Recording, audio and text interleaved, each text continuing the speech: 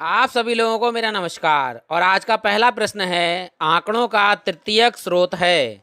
Option है फिल्में, hoarding तथा पोस्टर, सरकार का राजपत्र, समाचार पत्र एवं पत्रिकाएं, प्राथमिक एवं द्वितीयक दोनों स्रोतों से प्राप्त जानकारी, नीति पत्रकों से संग्रहित आंकड़े। तो इन चारों ऑप्शनों में हम जानते हैं कि समग्र या आंकड़ों के संकलन के मुख्यतः दो स्रोत होते हैं। पहला है प्राथमिक स्रोत और दूसरा है द्वितीयक स्रोत।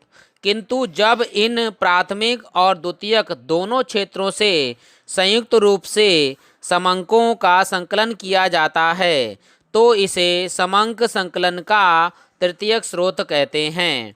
इसलिए इसमें तृतीयक स्रोत जो आएगा वो ऑप्शन सी है, प्राथमिक एवं द्वितीयक दोनों स्रोतों से प्राप्त जानकारी। दूसरा प्रश्न है, किसी भवन के अंदर लगाया जाने वाला कंप्यूटर नेटवर्क है। ऑप्शन है WAN, MAN, LAN या SAN। तो इन चारों में किसी भवन के अंदर लगाया जाने वाला कंप्यूटर नेटवर्क LAN है। LAN का पूरा नाम लोकल एरिया नेटवर्क है। यह नेटवर्क ऑफिस, कॉलेज, बिजनेस संगठन आदि स्थानों पर प्रयोग किया जाता है। LAN में 2 कंप्यूटर से लेकर 1000 कंप्यूटर तक को आपस में जोड़ा जा सकता है। इसलिए इसका ऑप्शन सी LAN यानी local area network correct answer है। तीसरा प्रश्न है, जतिन के लैपटॉप में एक LCD स्क्रीन है। LCD निम्नलिखित में से किसका संक्षिप्ताक्षर है। ऑप्शन है light crystal display, liquid compact display, light compact display या लिक्विड क्रिस्टल डिस्प्ले। तो LCD का जो पूरा नाम है वो है लिक्विड क्रिस्टल डिस्प्ले, यानी कि option number D correct answer है, लिक्विड क्रिस्टल डिस्प्ले। आप सभी लोगों का धन्यवाद। यदि आपको मेरे वीडियो पसंद आते हैं तो मेरे चैनल को सब्सक्राइब कीजिए और लाइक कीजिए। आप सभी लोगों का धन्यवाद। अगला प्रश्न है, संचार की भाषा का गठन है। ऑप्शन है यादृच्छिक संसार, सामाजिक संसार, दैवीय संसार, अचयनिक संसार। इन चारों ऑप्शन में सामाजिक संसार से संचार की भाषा का गठन होता है, क्योंकि व्यक्ति जन्म जन्मांतर तक संप्रेषण की जिस क्रिया का भी अनुसरण करता है वह उसे कहीं ना कहीं समाज से ही प्राप्त होता है या होती है। तो इसमें ऑप्शन नंबर बी सामाजिक संसार सही उत्तर है। अगला प्रश्न है, निम्नलिखित में से कौन सा प्रोप्राइटरी सिस्टम सॉफ्टवेयर का उदाहरण है। ऑप्शन है Linux, Microsoft internet explorer, Microsoft office, Microsoft Windows. तो माइक्रोसॉफ्ट विंडो एक प्रोप्राइटरी सिस्टम सॉफ्टवेयर का उदाहरण है।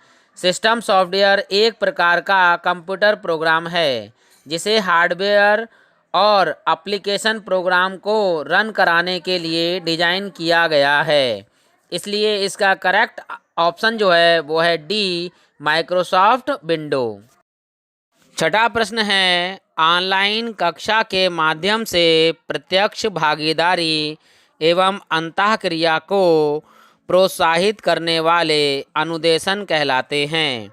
ऑप्शन है समकालिक अनुदेशन, असमकालिक अनुदेशन, पारंपरिक अनुदेशन, सैद्धांतिक अनुदेशन। तो इन चारों ऑप्शन में ऑनलाइन कक्षा के माध्यम से प्रत्यक्ष भागीदारी एवं अंतःक्रिया को प्रोत्साहित करने वाले अनुदेशन को समकालिक अनुदेशन कहते हैं।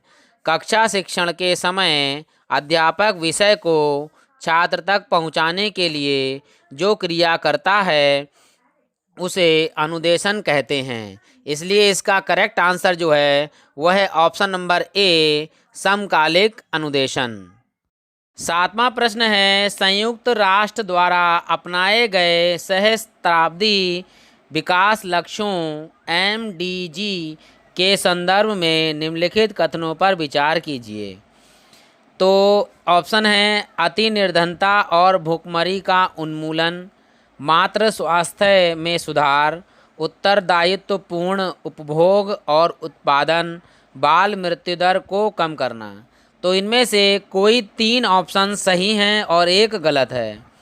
तो संयुक्त राष्ट्र संघ द्वारा अपनाए गए सहस्त्राब्दी विकास लक्ष्य यानी मिलेनियम डेवलपमेंट गोल्स (MDG) 8 सहस्त्राब्दी विकास लक्ष्यों जैसे स्वास्थ्य, शिक्षा, पर्यावरण के रूप में जीवन के विभिन्न क्षेत्रों में समयबद्ध लक्ष्य की प्राप्ति से संबंधित हैं।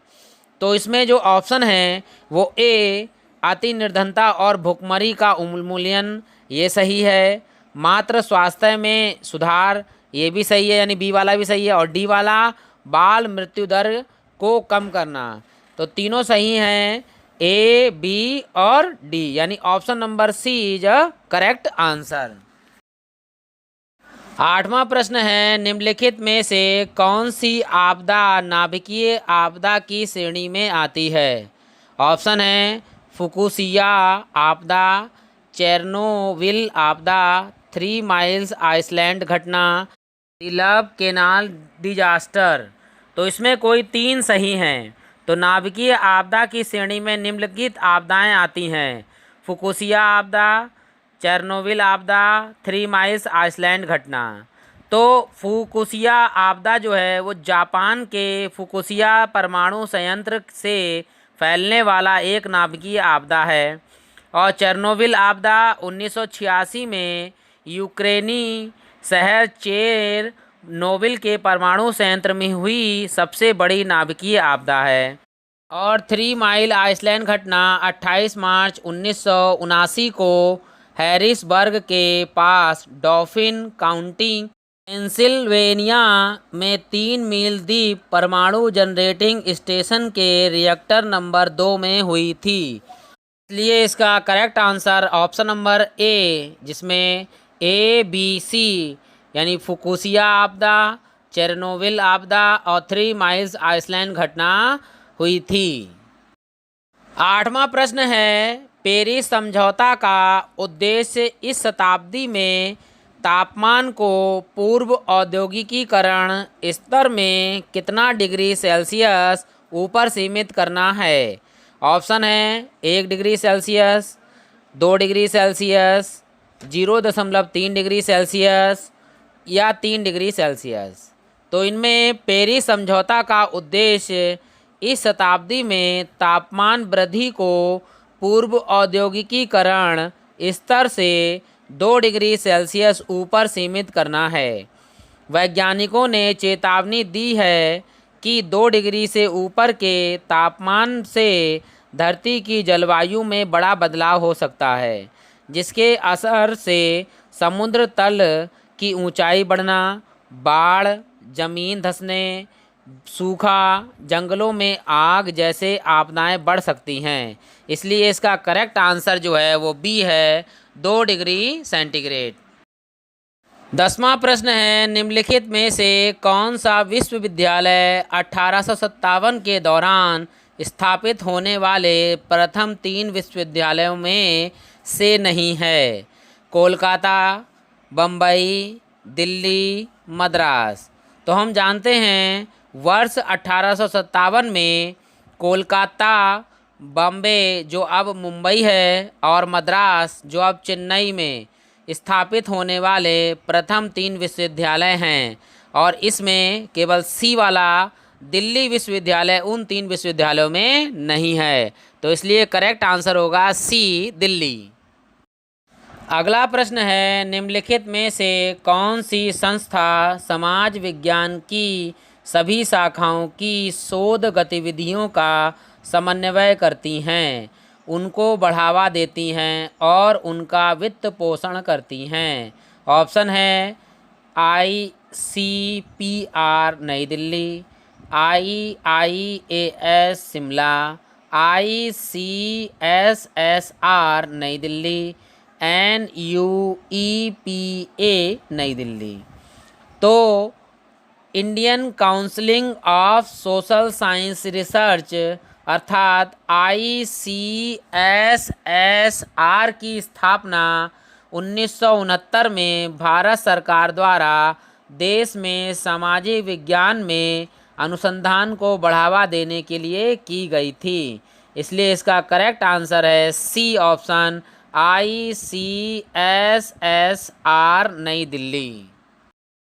12वां प्रश्न है, इग्नू द्वारा भारत की शैक्षणिक ज़रूरतों को पूरा करने हेतु शुरू की गई ज्ञान वाणी है। उपग्रह आधारित शैक्षणिक टीवी चैनल, शैक्षणिक FM रेडियो नेटवर्क, अकादमिक नेटवर्कों की वैश्विक पहल या मूक्स। तो इग्नू द्वारा भारत की शैक्षणिक ज़रूरतों को पूरा करने हेतु शुरू की गई ज्ञानवाणी शैक्षिक FM रेडियो नेटवर्क है। यानी इसमें ऑप्शन नंबर बी शैक्षणिक FM radio network is correct answer. आज का 13वां और अंतिम प्रश्न, यदि आपको मेरे वीडियो पसंद आते हैं तो मेरे वीडियो को लाइक कीजिए और मेरे चैनल को सब्सक्राइब कीजिए। तो अंतिम प्रश्न है, निम्नलिखित में से किस प्राचीन भारतीय विश्वविद्यालय में मुख्यतः विद्वानों के लेखन के माध्यम से तिब्बत की संस्कृति और सभ्यता का निर्माण हुआ था? ऑप्शन है नालंदा, विक्रमशिला, जगदल्ला और मिथिला। तो प्राचीन भारत विश्वविद्यालय में मुख्यतः विद्वानों के लेखन के माध्यम से तिब्बत की संस्कृति और सभ्यता का निर्माण विक्रमशिला विश्वविद्यालय में हुआ था। अर्थात option number B Vikramshila is correct answer.